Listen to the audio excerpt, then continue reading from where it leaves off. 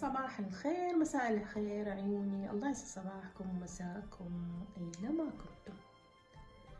طبعا هاليوم عندنا طريقة تقديم العروق أو العقوق على حكينا سبقا قدمناها طبعا حشي، ولكن هاليوم فقرتنا انه راح نقدمها المواد مالها كلها نمزجها سويا ونحطها بالفرن.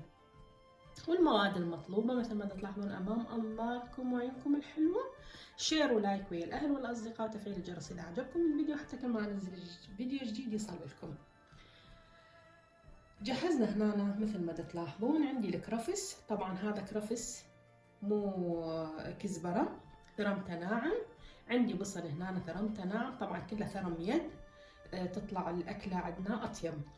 وخليت فوقها ملح، طبعا قبل ساعة حضرت هذا. عندي الطماطة أيضا، عندي اللحم أيضا ثرمته ثرم يد، وعندي هنا أيضا السمن أو الدهن اللي راح نخليه أيضا مثروم ثرم يد. جهزنا هنا المعجون، وعندي هنا طبعا الطحين، عندي هنا البرغل الناعم، عندي هنا طبعا الجريش، وعندي هنا محضرة بيضتين، وعندي خميرة 7 غرامات، وعندي التوابل راح أعدلكم إياها.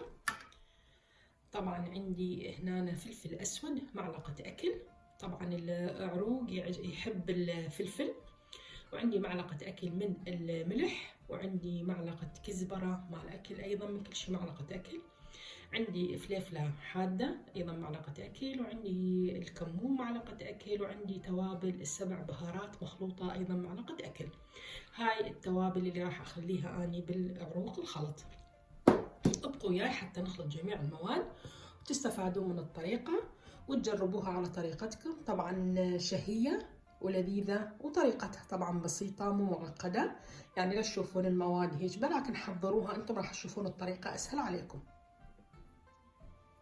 طبعا حتى نحضر العروق مثل ما تشاهدون، خليت المواد الجافة ونخلطها كلها سوا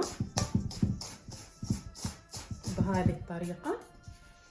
وعندي هنا الخميرة راح اخليها، خليت الخميرة، خليت التوابل ايضا راح نخلطهم.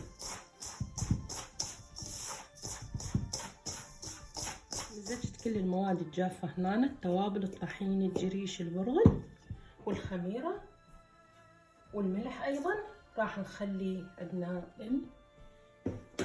المواد الخضرة واللحم والسمنة. خلينا كل المواد، راح نخلط المواد كلياتها، ونخلي ايضا معاها المعجون، ونخلينا كل المواد، وخلينا البيض. نخلط المواد، طبعا خلطنا كل المواد مثل ما تلاحظون امام انظاركم. طبعا راح احتاج القليل من الماء،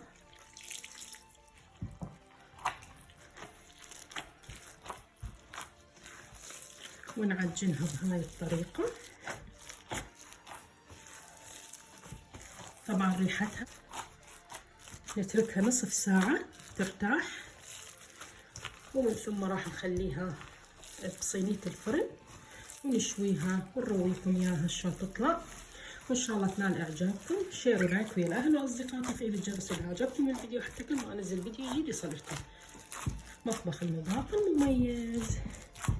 بعد نصف ساعة وتركنا العجينة مال خبز عروق او عروق الخلط، جهزنا هنا عندنا بيضة ومعجون والصينية الفرن، وخلينا بيها سمنة مثل ما تلاحظون. طبعا ضروري السمنة، ونخليها تحت الخبز عروق او العروق الخلط المصلاوية. ارتاحت عندنا.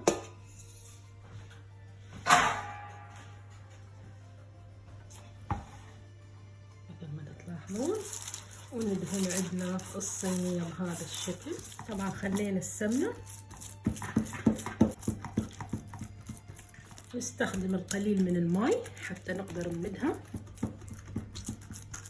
مديناها بهالشكل، راح نخلي القليل من المعجون ندهن وجهها.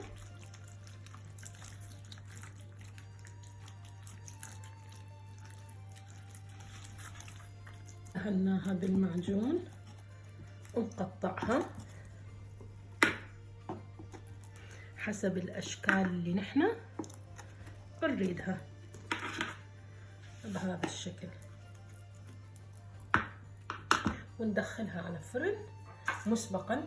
حمينا الفرن على درجة حرارة 200، يعني تستغرق من 5 إلى 7 دقائق.